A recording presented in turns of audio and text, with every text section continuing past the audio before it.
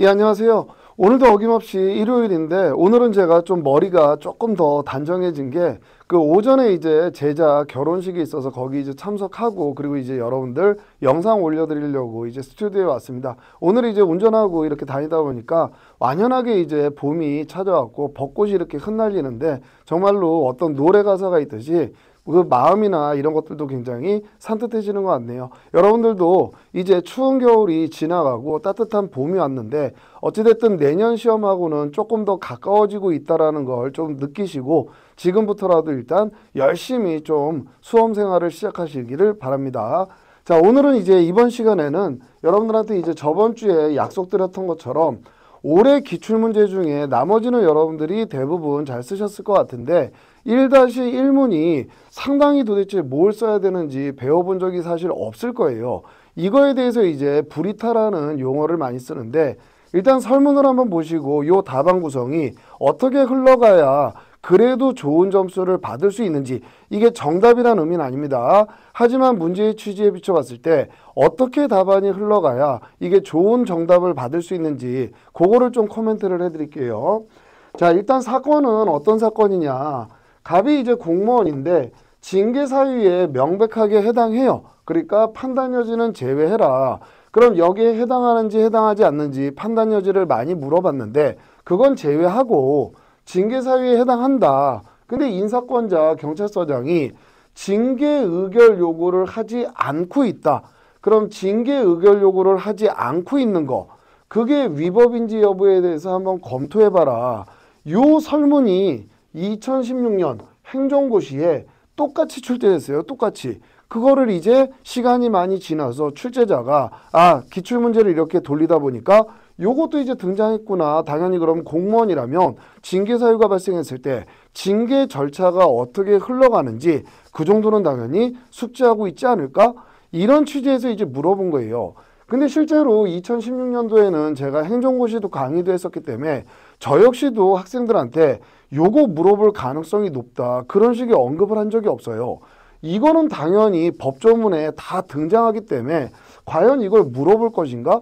이 행정고시에서는 기본적으로 법전을 다 준단 말이에요. 아예 이만한 법전을 줍니다. 그러니까 과연 이걸 물어볼 것인가? 그러니까 행정고시에서는 사실 논외로 했던 내용인데 이게 딱 등장해 버리니까 많은 학생들이 이거 불이타였다 이렇게 얘기를 해요. 그러면서 행정고시에서는 이 배점을 몇 점으로 했느냐? 10점으로 했어요. 그러니까 사실 대부분의 수험생들이 이걸 못 썼기 때문에 이것 때문에 당락이 결정되거나 그러진 않습니다. 그럼 출제자가 이런 거를 기습적으로 내는 이유는 뭐냐면 시험장에서 혼란을 주겠다라는 거예요. 열심히 준비하신 분들도 혼란스럽겠지만 준비 안 하신 분들도 당연히 배워본 적이 없기 때문에 혼란스럽겠죠. 그럼 나머지 문제에 대해서 잘 쓰실 수도 있는데 1-1문에 이런 거 딱 터져버리면 이제 자신감이 없어져 버린 거예요. 올해는 걸렀구나. 이렇게 심리적인 공격을 하기 위해서 이렇게 출제하는 것들이 불이타 형식의 출제라고 보통 얘기를 합니다. 근데 이제 어찌됐든 여러분들 시험에 출제가 됐으니까 이게 도대체 뭘 물어보는 건지 답안 구성은 어떻게 흘러가야 되는지 그거에 대해서 이제 설명해 드리고 지금까지 이거에 대해서 해설했던 많은 이제 강좌들이 있는데 제가 보기에는 저는 물론 이제 행정법학을 전공을 하고 뭐 변호사 자격도 가지고 있기 때문에 그 영상을 보게 되면 제가 볼 때는 시원스러운 답변이 전혀 없어요. 그래서 여러분들한테 제 입장에서 정말 어떻게 저라면 접근해서 이걸 답안을 작성했을지 어떻게 접근하면 좋은 점수를 받았을 수 있는지 그거를 좀 이해를 시켜드릴게요. 그래서 여러분들이 혹시라도 다른 해석은 영상 들었을 때 저건 이래서 틀리는구나. 저건 그래서 맞구나. 문변의 강의는 이래서 정확하구나. 이런 것들을 한번 스스로 깨우쳐 보시기를 바랍니다. 자, 그럼 이제 설문이 등장했으니까 이제 국가공무원법 요 조문도 참고 조문으로 좋습니다. 징계 사유가 발생하게 되면 징계 의결을 요구해야 된다. 자, 그럼 이거에 대해서 답안을 어떻게 구성할 거냐. 일단 물어보는 게 징계 의결 요구를 하지 않고 있다. 그럼 행위 자체가 징계 의결 요구라는 행위가 등장하고 있고 그게 위법한지를 검토해라. 그럼 첫째 줄에 징계 사유에 해당한다. 그럼 결국 여기에서 제일 먼저 여러분들이 대부분 못 쓰셨겠지만 공무원에 대한 징계 절차 이 징계 절차가 어떻게 흘러가는지, 징계 사유에 해당하는지 판단하고 징계 의결을 요구해야 되고, 징계위원회가 심의 의결해서 징계의 종류가 결정되면 인사권자한테 통보하고 인사권자들은 그대로 징계 처분을 한다. 이런 징계 절차에 대해서는 기본적으로 여러분들 틀을 알고 계셔야 됩니다. 그럼 이 공무원에 대한 징계 절차를 쭉 설명한 다음에 그 중에 징계 의결 요구라는 이 행위가 도대체 뭐냐, 법적 성질이 뭐냐, 이 징계 의결 요구를 위원회에 하게 되면 동시에 그 복사본을 혐의자한테, 징계 혐의자한테, 여기서는 갑이겠죠, 보내줍니다. 징계 의결 요구 시에 그 사본을 혐의자에게 송부한다. 이게 바로 행정절차법상 침익적 처분이 나가기 전에 사전통지라는 성격에 해당하는 거예요. 그럼 이 사전통지에 해당하기 때문에 징계 의결 요구 자체는 이건 독립한 처분이 아니다. 여기에 해당하는 많은 판례들이 있어요. 감사원이 인사권자한테 그 공무원 징계 좀 해봐라 이렇게 요구를 하네요. 이건 우리 대법원이 항고소송의 대상이 되는 독립한 처분이 아니다. 사전 절차에 불과하다. 이런 판례들이 굉장히 많아요. 그러니까 일단 징계 의결 요구 자체에 법적 성질이 뭐냐. 이건 독립한 처분이 아니다. 행정절차법상 타선통지라는 행위에 해당한다.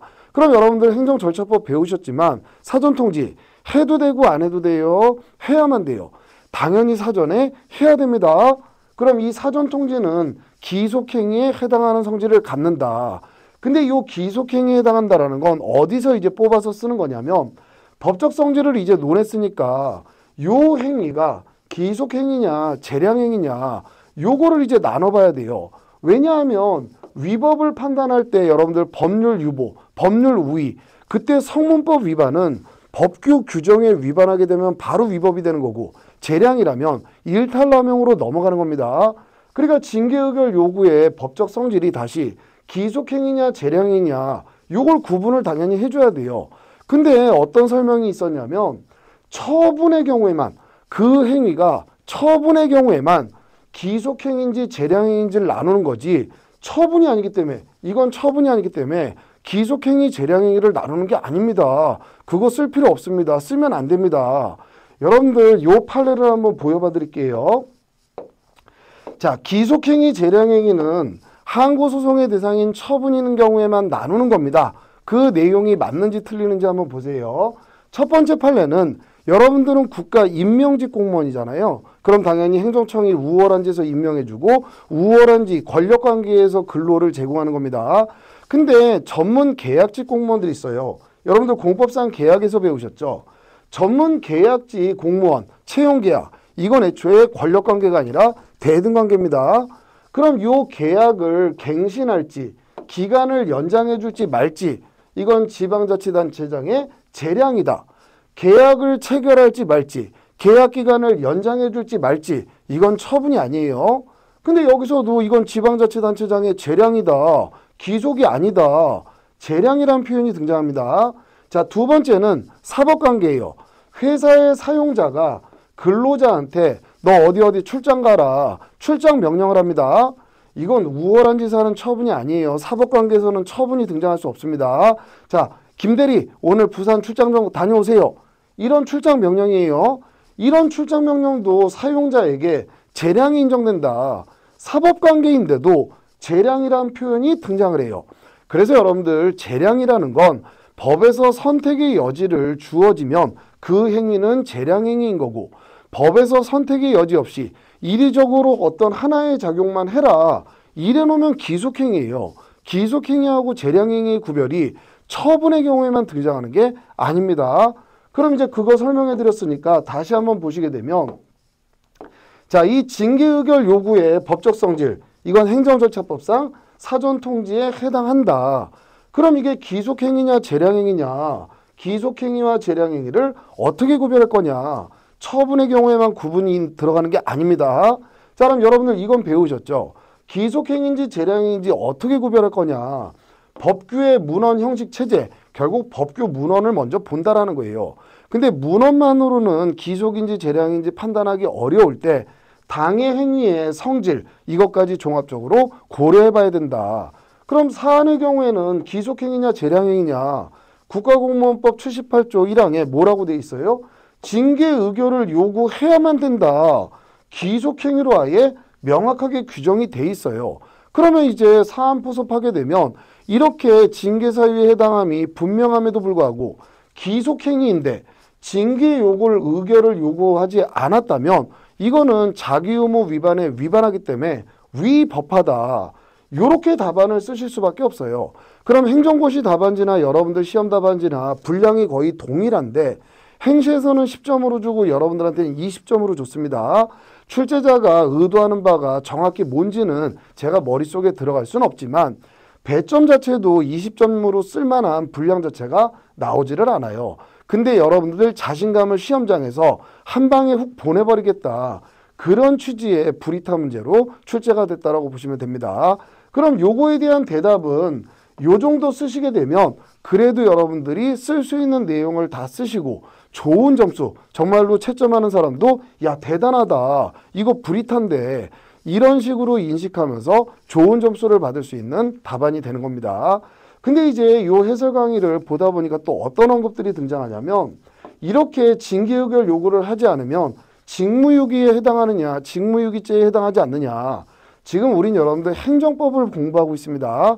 이건 형사재판, 형사법의 영역에서 등장하는 판례지 행정법의 영역에서 등장하는 게 아니에요. 그러니까 굳이 직무유기를 답안에 쓴다라는 건 행정법이라는 과목의 틀을 벗어나기 때문에 문제가 있습니다. 자, 또 하나는 자, 공무원이 등장했으니까 특별권력관계 이거를 연상하셔야 됩니다. 특별권력관계를 쓰셔야 됩니다.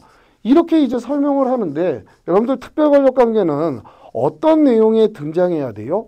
공무원한테 불이익한 처분이 나왔는데 소송을 일단 제기해야 돼요. 소송을 제기했을 때 얘는 특별권력관계니까 사법심사의 대상이 안 된다. 법치주의가 적용되지 않는다. 그때 특별권력관계가 등장을 하는 겁니다. 근데 지금은 무슨 소송을 제기했어요. 무슨 처분이 나왔어요. 아니란 말이에요.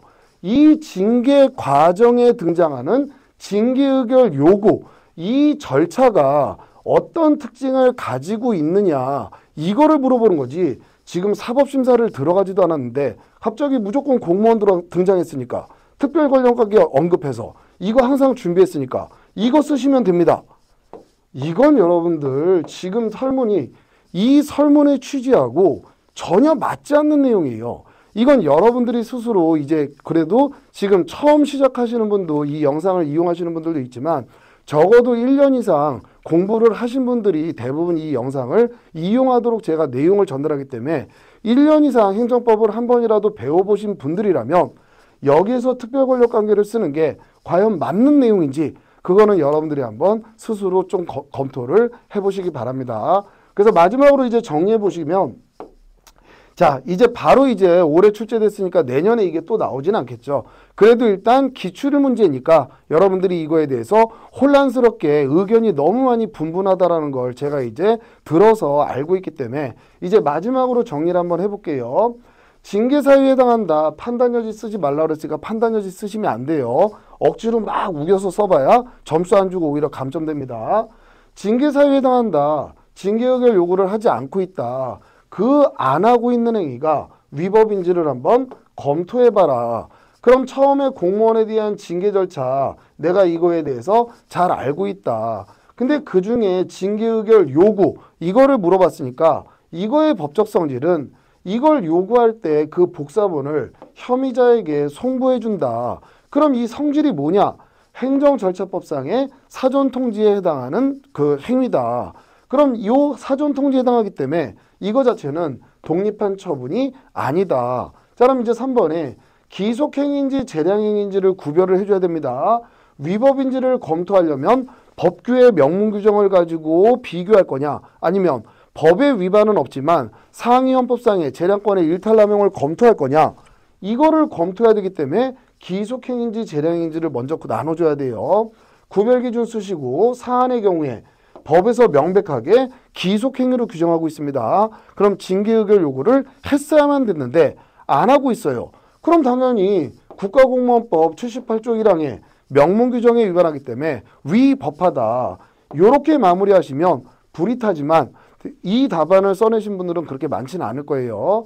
그래도 만약에 요 정도 답안을 써냈다면 아주 좋은 점수를 받으시는 답안이 될 겁니다. 여기에서 기속행위 재량이 반드시 구별하셔야 돼요. 그리고 직무유기 같은 거, 형사판례 같은 거 언급하지 마시고요. 이 논점은 특별권력관계하고는 아무런 관련이 없습니다.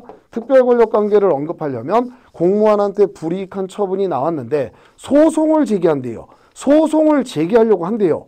이때 과연 소제기가 적법하냐, 소제기가 가능하냐 그랬을 때 특별권력관계를 언급하시면서 오늘날에는 당연히 사법심사의 대상이 된다.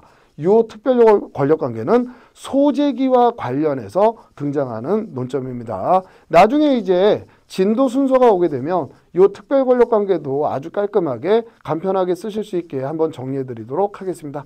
자, 이번 시간은 여기서 마치도록 하겠습니다.